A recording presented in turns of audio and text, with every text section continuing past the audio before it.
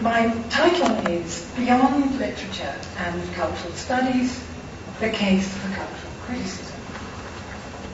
Two events have taken place. One, long-term, gradual and international.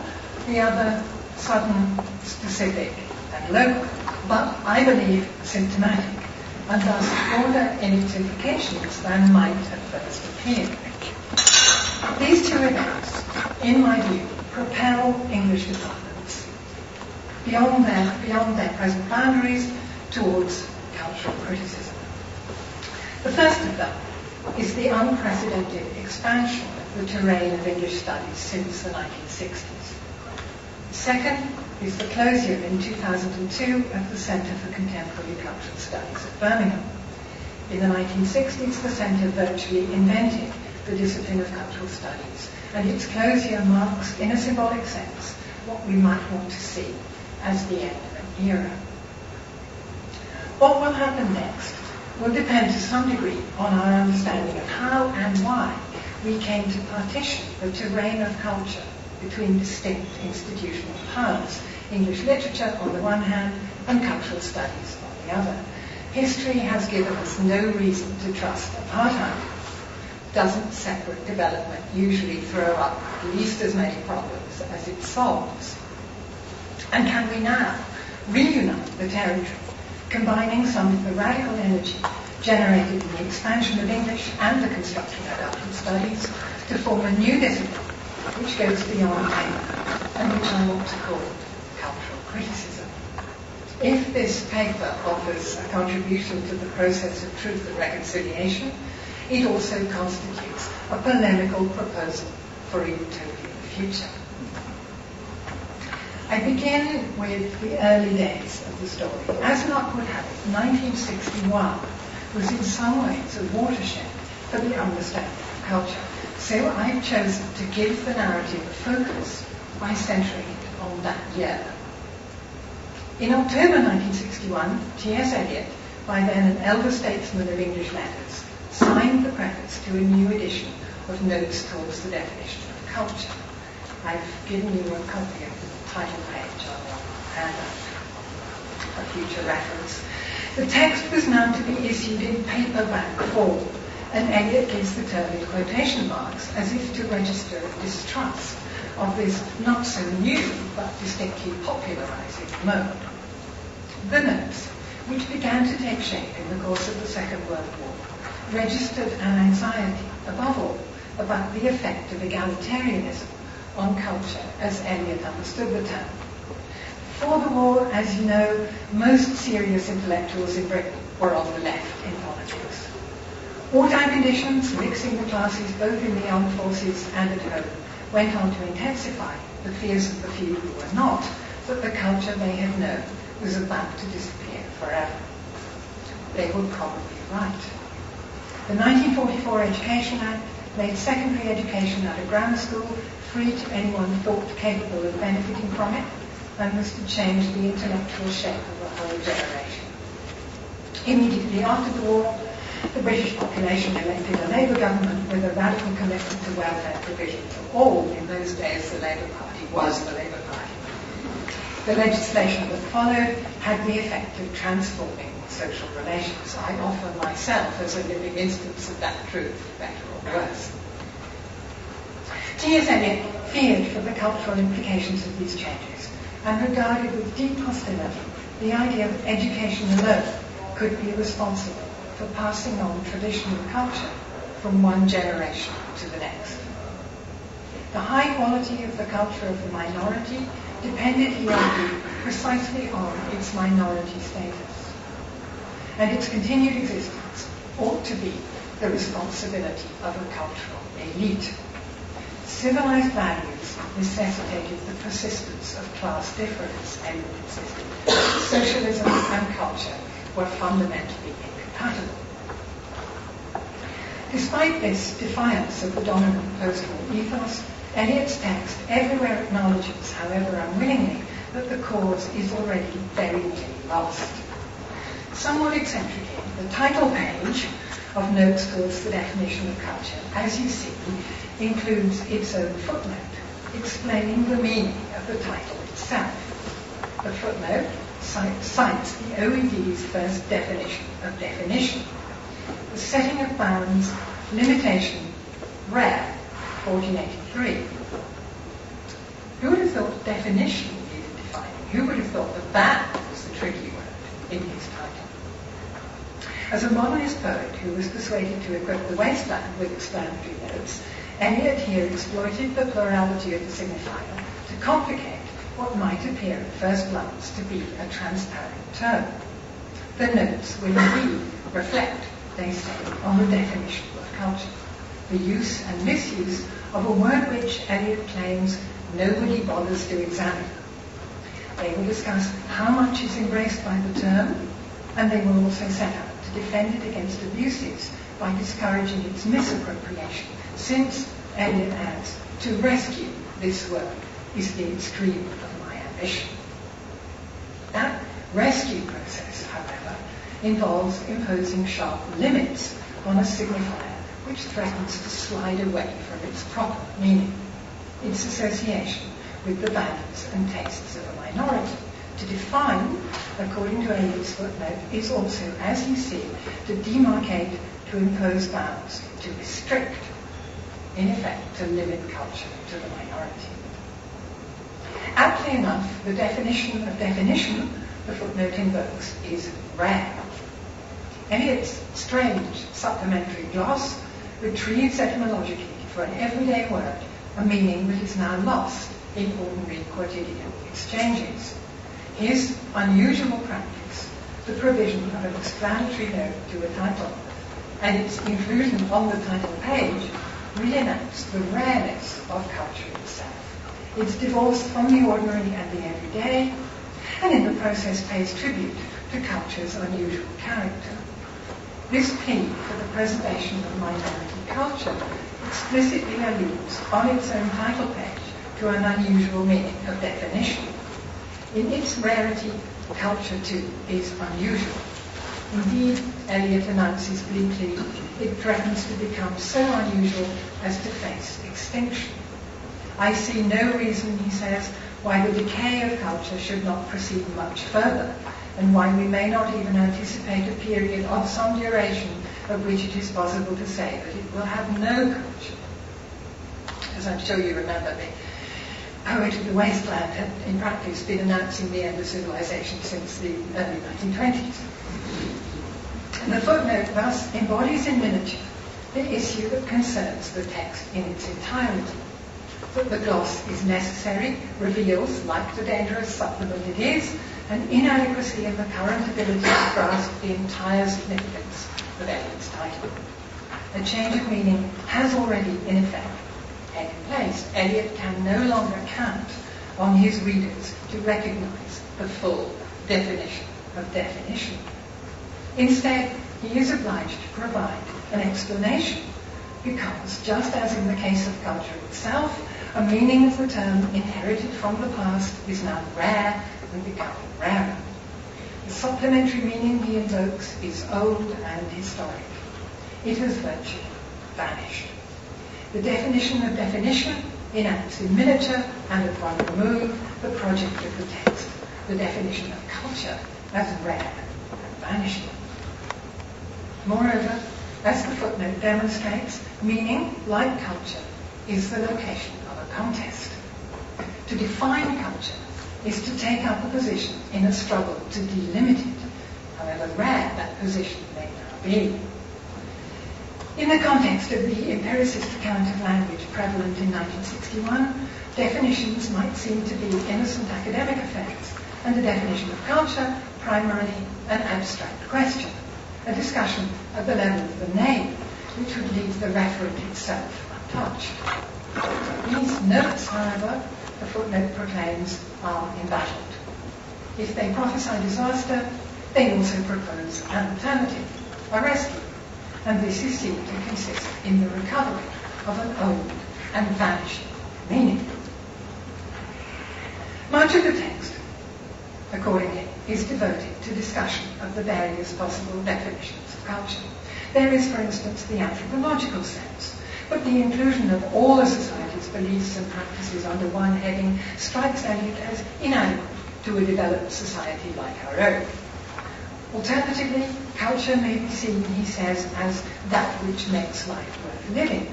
And in this sense, Eliot's own culture, he concedes, would embrace a wide range of interests and activities. And then the famous list. Derby Day, Henley Regatta, Towers. The 12th of August, the Cup Final, the dog races, the pin table, the dartboard, Wensleydale cheese, boiled cabbage cut into sections, beetroot in vinegar, 19th century Gothic churches, and the music of Elgar. I have to say that the impenetrability of much of that list, at least to me, half a century later, seems to substantiate the view that Eliot's culture has pretty much vanished now.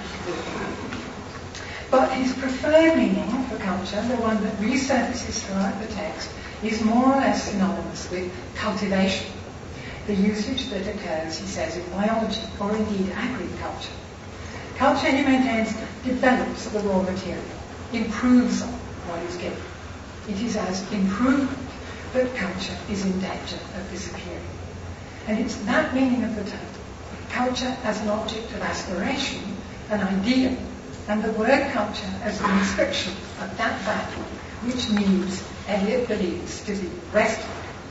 The definition is thus not incidental. Indeed, it deserves its unlikely place on the title page.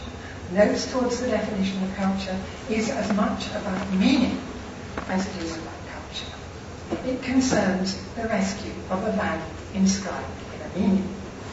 As befits a poet, Eliot conducts the struggle at the level of the signifier.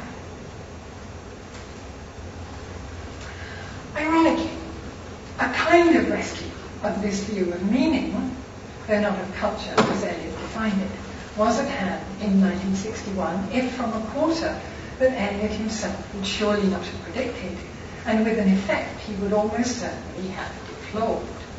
In Paris, at this time, the reaction to the events of the Second World War took an entirely different turn. The issue in this instance was not the threat to standards represented by a euphoric post-war egalitarianism, but the problem of wartime collaboration with the Vichy government. How was it possible that so many people had so readily succumbed to the values of the German occupation? How, now that France was herself again, to account for her aberration?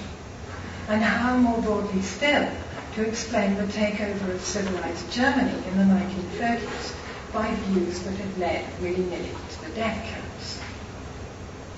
These questions, barely speakable at the time, would become explicit only gradually in French view. In Michel Foucault's emphasis on the word resistance, for example, and again in Jean-François Lyotard's repeated return to the issue of the Holocaust.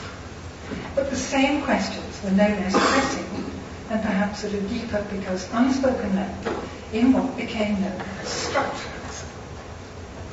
Running through the structural anthropology of Claude Lévi-Strauss was an account of human nature, which saw the rules of cultural exchange as so many attempts to establish reciprocity in order to overcome natural hostility. At the level of narrative, A.J. Gray-Mouse would go on to find a universal pattern for all stories, centering on the quest for individual freedom in the teeth of an oppressive order. In each case, the implication was that at any time the balance between reciprocity and hostility, or between freedom and control, might somehow be upset, with the consequence that a culture would topple into either antagonism or full-scale repression. Out of this structuralist climate sprang the work of Roland Barthes.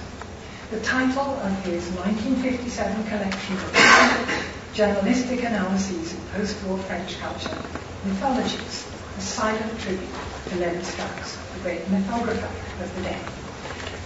Just as his essay, Introduction to the Structural Analysis of Narratives in 1966, would acknowledge the work of Gray-Mouse. But Barthes was deeply suspicious of human nature and universal structures. Instead, his commitment was to unmasking the cultural and historical differences that invoke human nature and the universal as their alibi.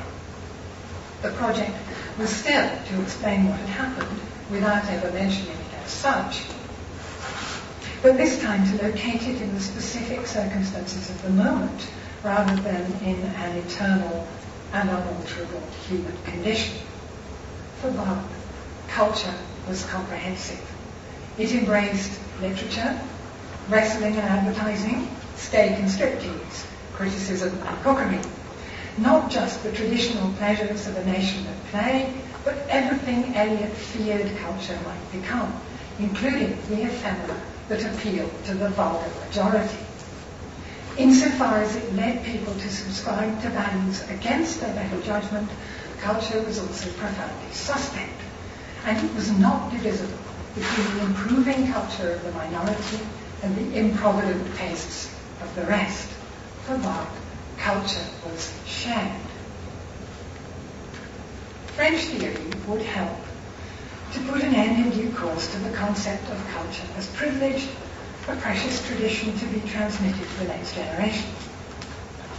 The influence of theory on the Anglo-American Academy would eventually contribute to the demise of the English department as the place of preservation for the minority of an elite written culture, and it would foster the introduction of cultural studies as a distinct discipline.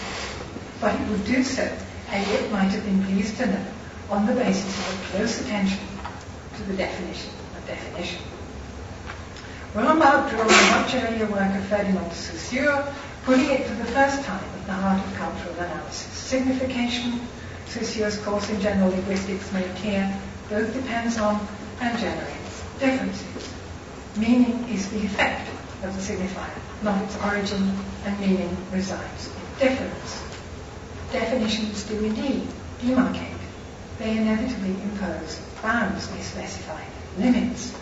Culture, in the everyday sense of the term, is perceptible in the form of meanings, those understandings and values that are shared by a group or society. Meanings are produced by signifying practice, and these meanings have no guarantees in the world outside signification itself. As a result, definitions are the location of the contests. If the contests in culture take place at the level of meaning, the contest for culture is appropriately a matter of definitions.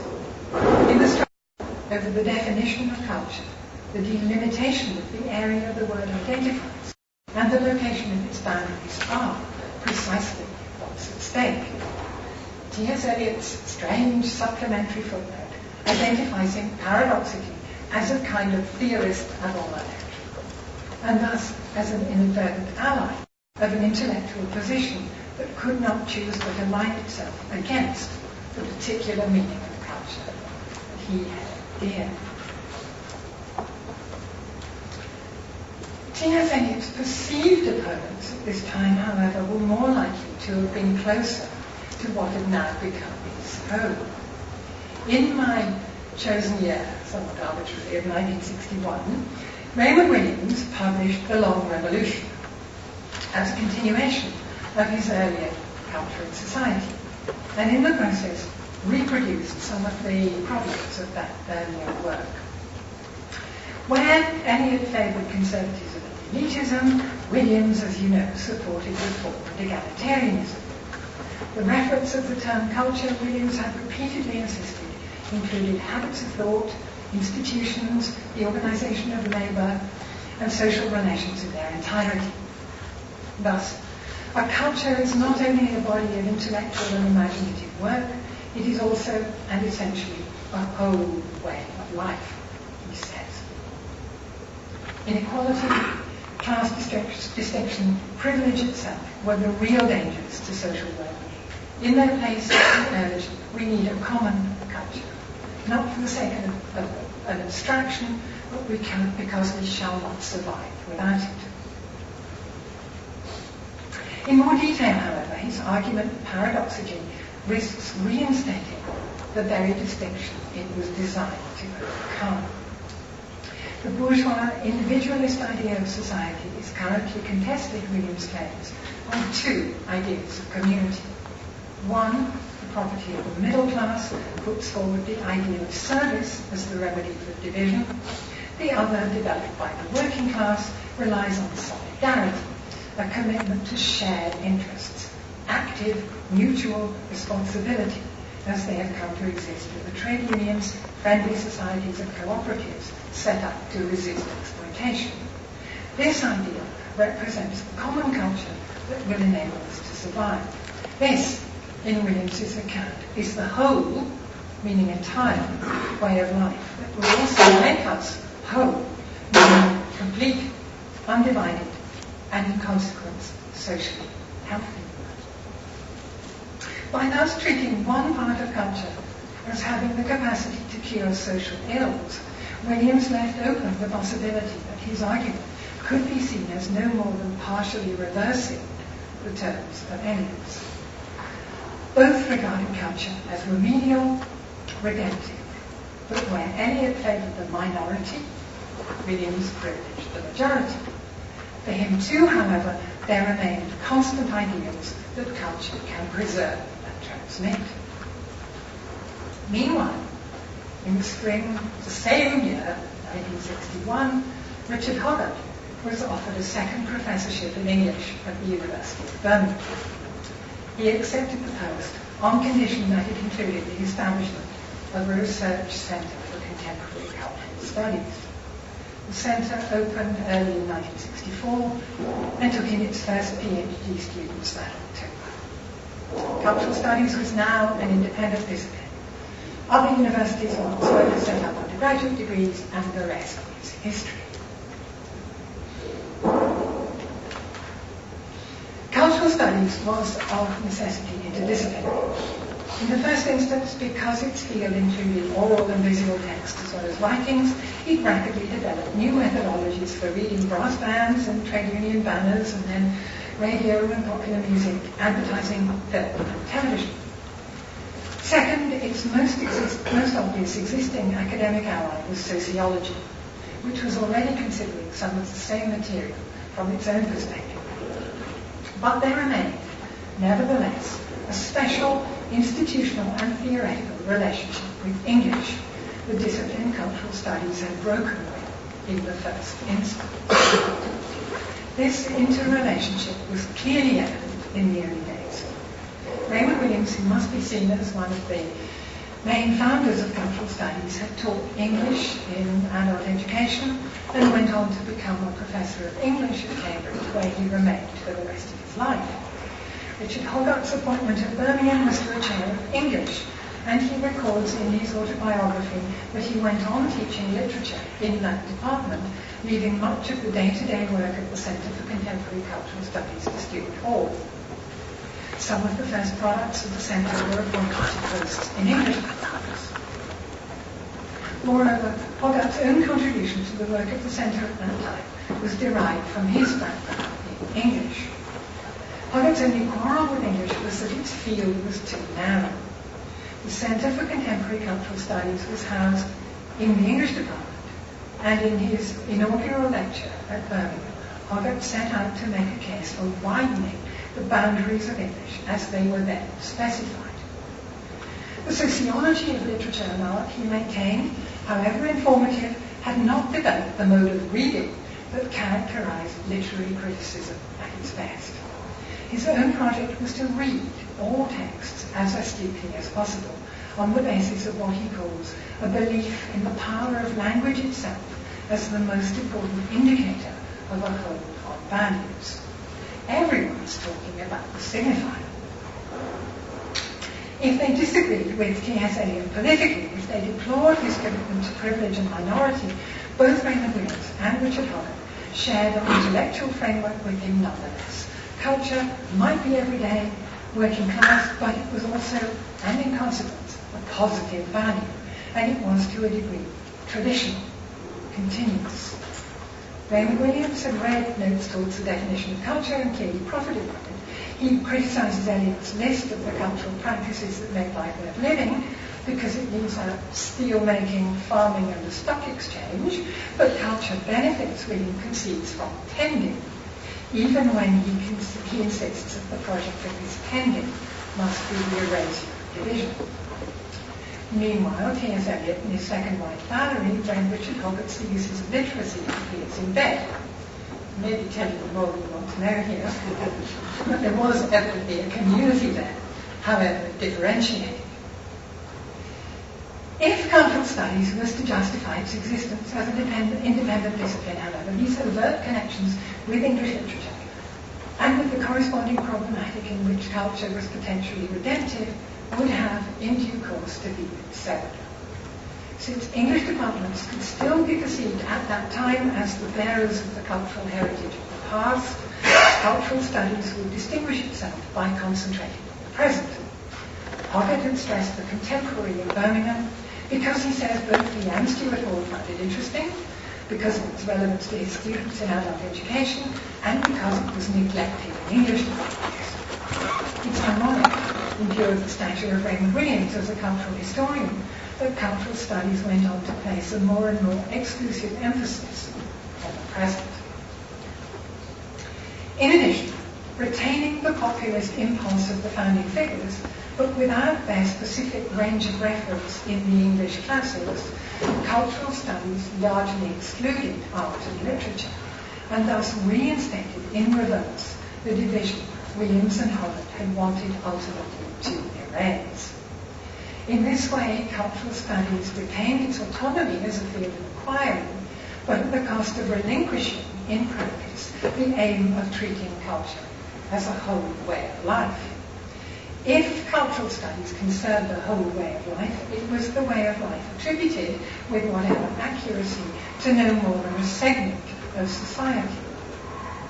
When in 1961 Williams offered a case study which would demonstrate the implications of the form of cultural analysis he was proposing, he chose the 1840s and included among the materials for research the Times, the popular press, Dickens, Thackeray and the Brontes, popular fiction, pornography, Carlyle, Ruskin and Arnold, music halls, public libraries, museums and parks, the repeal of the Court Laws, Young England movement, Chartism, and W.H. Smith's station bookstores. It would be interesting to see how many more recent cultural studies courses would want to match the range and variety, as well as the historicity of that list. Insofar, however, as the new discipline looked to French theory to provide legitimation and a methodology for a new kind of textual analysis, its isolation of contemporary popular culture made very little sense.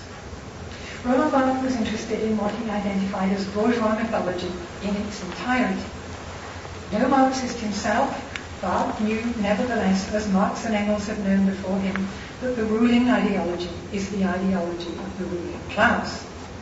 When Louis Althusser came to reread Marx, he included both literature and the trade unions among the ideological apparatuses as places where cultural values are shaped. In practice, moreover, a radical distinction between elite and popular culture doesn't occur. It's not clear now that the working class is indifferent to artistic practice, for example. Indeed, the tabloid press proves remarkably vociferous in its evaluation of prize-winning installations at Tate Modern.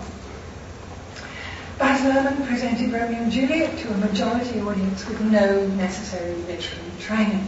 I recently had a conversation with a taxi driver who told me he couldn't get into Shakespeare at any price, but he did like that movie. Meanwhile, the middle class don't perceive themselves as slumming when they go to Hollywood films directed by Martin Scorsese or Quentin Tarantino. The primary motive for the isolation of popular culture in the academy, therefore, would seem to be the preservation of an institutional distinction, or, in other words, the integrity of cultural studies as a separate academic discipline and department, with all the implications for resources, promotions, and representation that entails. But the academic integrity of cultural studies comes into question the moment English departments let go of the corresponding integrity of the canon.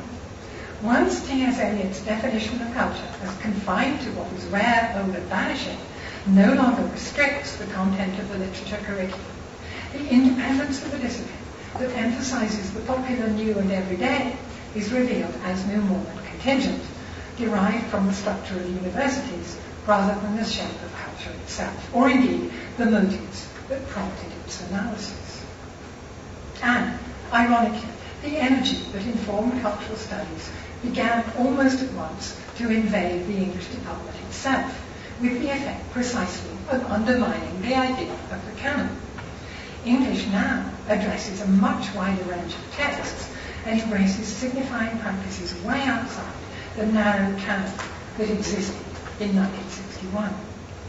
If the theory of cultural studies had drawn on and played a part in this development by refusing to recognize any role for the canonical heritage except as itself a cultural construct and thus an object of knowledge, protagonists of new forms of politics, as committed and as radical as Raymond Williams and Richard Holland, came to identify the heritage of privileged minority culture as contributing to the oppression they contested.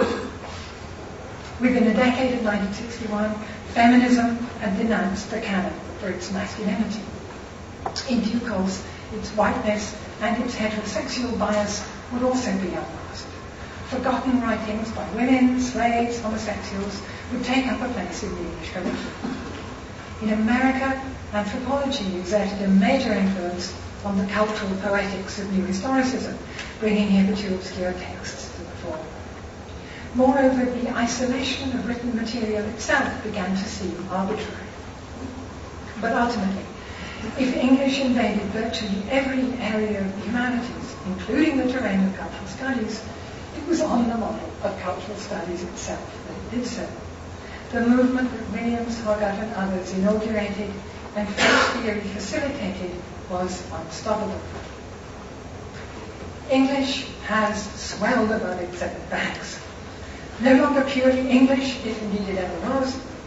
It's no longer purely literary either. Recent developments have done much to erase the line between English and its surrounding disciplines. Literary scholars are now required to be not only historians, but also interpreters of materials other than written text. The following are now regularly accepted as falling within the bounds of our research. Paintings, portraits, monuments, rituals, dramatic performances, cityscapes, the history of the book, and all the materials of everyday life, past and present. It's a day for lists somehow today. I'm just quoting from the essay literary reviews. One of the best scripts I marked this year, as it happens, was one relating Dickens's water religion to the development of 19th century drainage systems, as maybe it had to you, but it was news to me. I enjoyed it very much. Meanwhile, cultural studies, driven by this expansion ever closer to sociology, in order to affirm its own distinctive character, has progressively shifted its attention away from close reading of culture's inscription at the level of the signifier. And both disciplines have tended to negate the French theory that initially facilitated their expansion.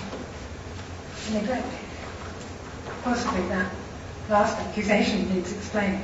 Well, after opening up whole new worlds of possibility in the 1970s, at Birmingham, in the pages of Screen, at the Essex conferences and elsewhere, theory elicited a predictable backlash.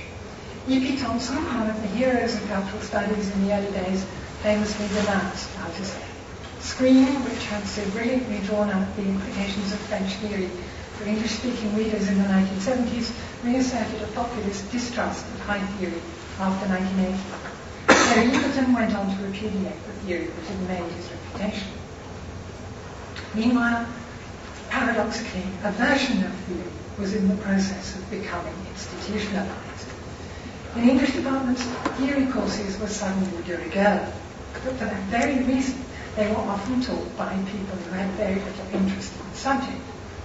Introductions proliferated, but in the process, theory gradually morphed into a succession of isms, the recitation of a list of assorted approaches.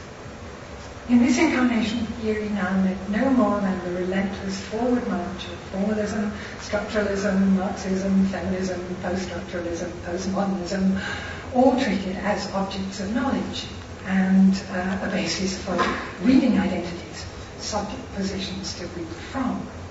True, they brought new welcome fields of study, feminist, post-colonial, queer.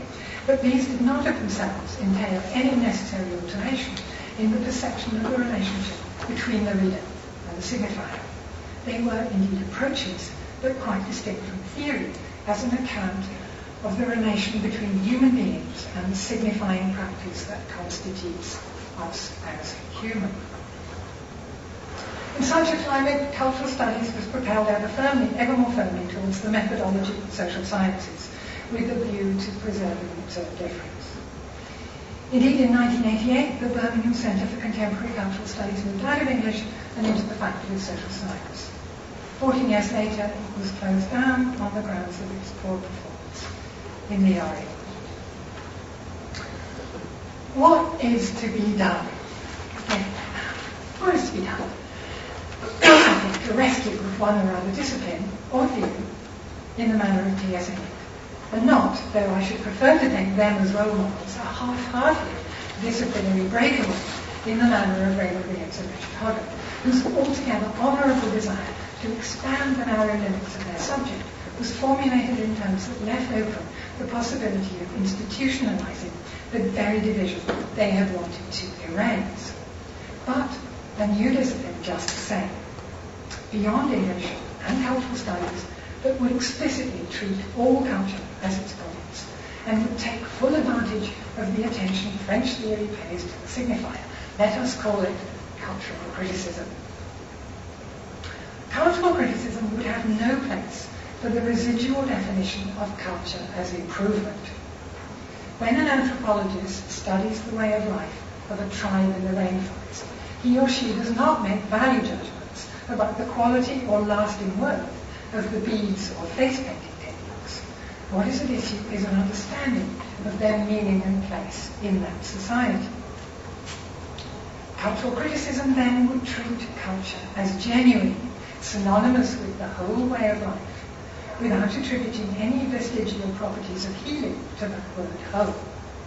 It would regard as outmoded the view that culture was usefully subjected to a single binary dividing line separating high and popular tastes, and it would not exclude a priori either opera or Disneyland, poetry or pushpin.